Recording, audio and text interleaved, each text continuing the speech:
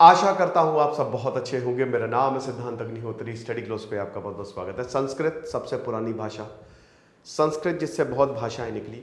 संस्कृत एक ऐसी भाषा जो 2 या 3 पेज के वर्ड्स को, शब्दों को 2 लाइन में समझा दे। पूरा संसार समेटे है संस्कृत।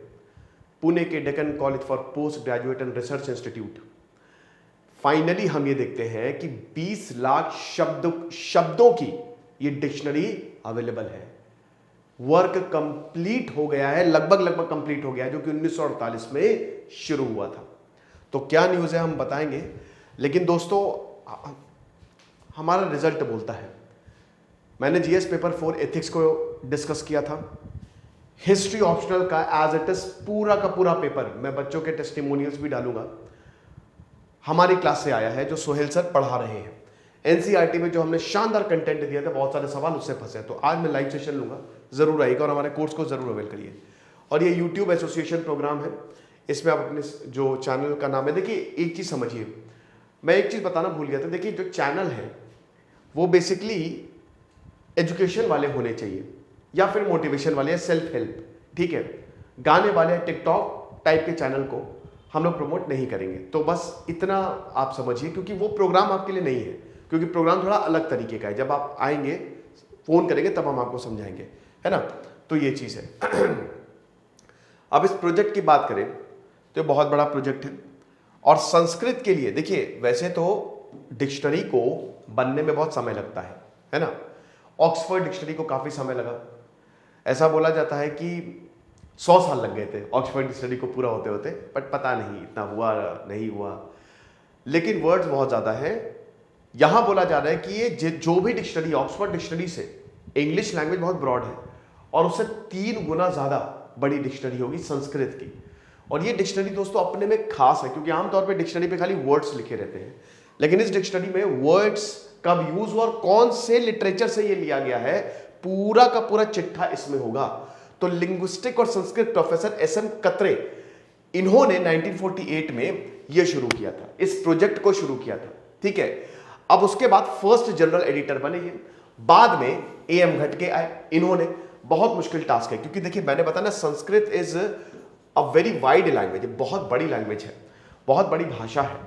और आप देखोगे कि संस्कृत और ग्रीक लैंग्वेज में भी समानताएं मिलती हैं, है ना। ये भी आप देखोगे कि जितने भी हमारे एंशिएंट लिटरेचर लिखे गए, महाभारत से लेकर रामायण से लेकर वेद तक, वो सब संस्कृत में लिखे गए, ठीक है। तो प्रोजेक्ट जो है वो बड़ा मुश्किल रहा है, पेन स्टेकिंग रहा है, लेकिन लगातार एफर्ट किया है और पिछले 70 सालों में हमने ये कारनामा कर दिखाया। और ये हमारे लिए बहुत बड़ी खबर है, बहुत बड़ी उपलब्धि है, आप समझ लीजिए, ठीक है ना।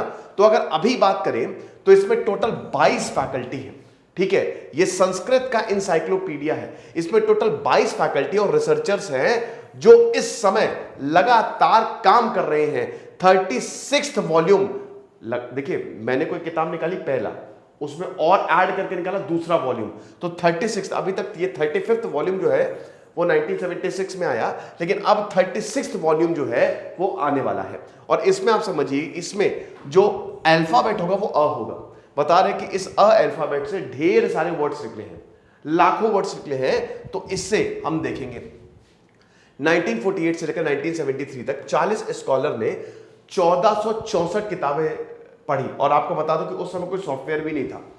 अभी तो सॉफ्टवेयर आ गया है तो आसान हो गया है, लेकिन उस समय कोई सॉफ्टवेयर नहीं था। तो ये काम जो था ना, बड़ा हेक्टिक था, और आपको वर्ड बाय वर्ड किताब सही पढ़ना होता तो लिखना होता था।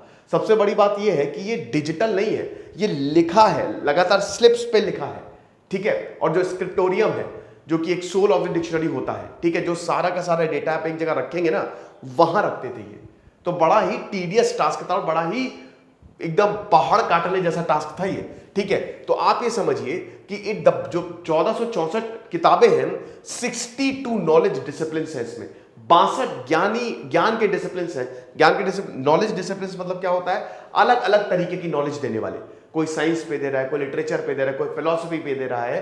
तो ये 1464 बुक्स जो है ये बताती है, ऋग्वेद से लेकर महाभारत से लेकर everything is included in this, ठीक है। सारे के सारे सब्जेक्ट, वेदांत हो गया, मैथमेटिक्स हो गया, मेडिसिन हो गया, एल्केमी, म्यूजिक, सारे के सारे सब्जेक्ट जो हैं इसमें कवर्ड हैं, ठीक है।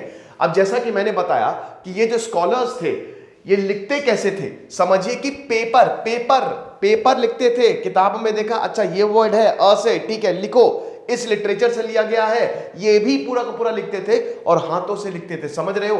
तो इनको रेफरेंस स्लिप्स बोला जाता था, ठीक। अब इसमें बुक का टाइटल देखिए, कौन सी किताब से ये लिया गया है ना, किस कंटेक्स्ट में ये वर्ड जो है वो यूज हुआ है। जैसे अग्नि वर्ड है, अग्नि वर्ड को बहुत बार यूज किया है, वेद में ही कम से कम 35 से ज्यादा बार उसको लगातार यूज किया गया है और अलग अलग कंटेक्स्ट में यूज किया गया है, ठीक है ना। उसकी ग्रामेटिकल कैटेगरी वो क्या है, नाउन है, वर्ब है, क्या है, citation, commentary, reference, exact abbreviation और कब लिखा गया है।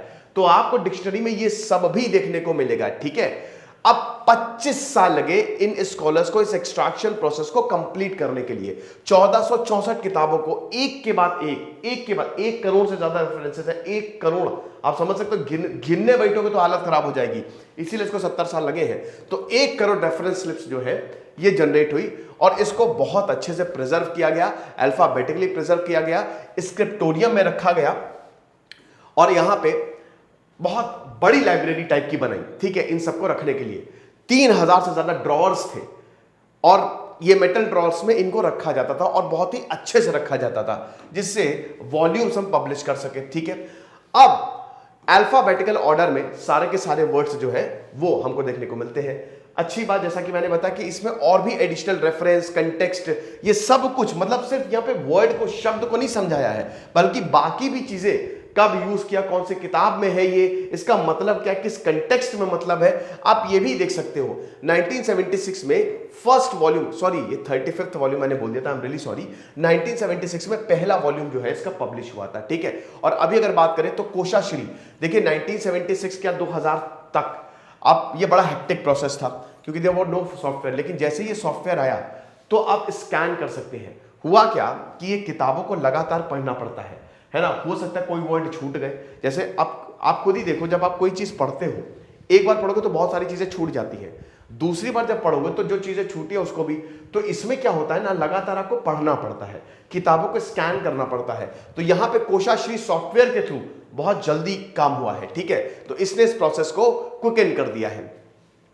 तो अब 1 साल के अंदर अंदर, जो पहले बहुत टाइम लगता था भाई, पहला वॉल्यूम पब्लिश करते करते ही 3 साल लग गए, लेकिन अब 1 साल के अंदर अंदर ये काम हो गया, तो टाइम की बचत हो गई है, ठीक है। अब जैसा कि मैंने बताया कि अगर कोई मिसिंग इंफॉर्मेशन है तो सॉफ्टवेयर के थ्रू ये चीजें हो जाती है।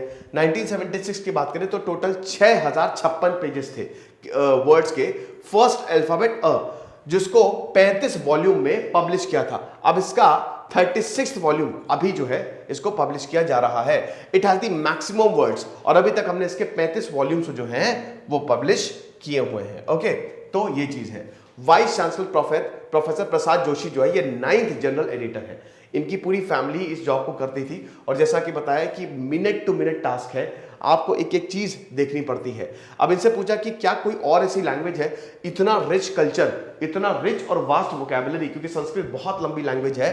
तो इन्होंने बताया इंग्लिश में, लेकिन ये इंग्लिश डिक्शनरी से 3 गुना ज्यादा खतरनाक है, 3 गुना ज्यादा बड़ी होगी, ठीक है। और ये इंसाइक्लोपीडिया जो है, एक बार जब रेडी हो गया ना तो ये धमाल मचा देगा, और ये बहुत बड़ी इंसाइक्लोपीडिया होगी। टोटल 46 अल्फाबेट्स हैं संस्कृत लैंग्वेज के, और अभी तो देखिए इसमें टाइम लगेगा, लेकिन बताया जा रहा है कि 20 लाख वर्ड्स को ये कंटेन करेगी। तो तैयार हो जाइए। देखिए बहुत जरूरी है, संस्कृत का फ्यूचर बहुत ज्यादा जरूरी है, संस्कृत को रिवाइव करना बहुत ज्यादा जरूरी है, और ये एक तरीके से संस्कृत के लिए एक नया जन्म होगा, और मेरे ख्याल में इसके लिए अवेयरनेस भी फैलानी चाहिए। तो ये लेक्चर था, कुछ रहिए पढ़ते रहिए। सिद्धांत Agnihotri signing off. Live session में जुड़ना मत भूलिएगा। Thank you so much.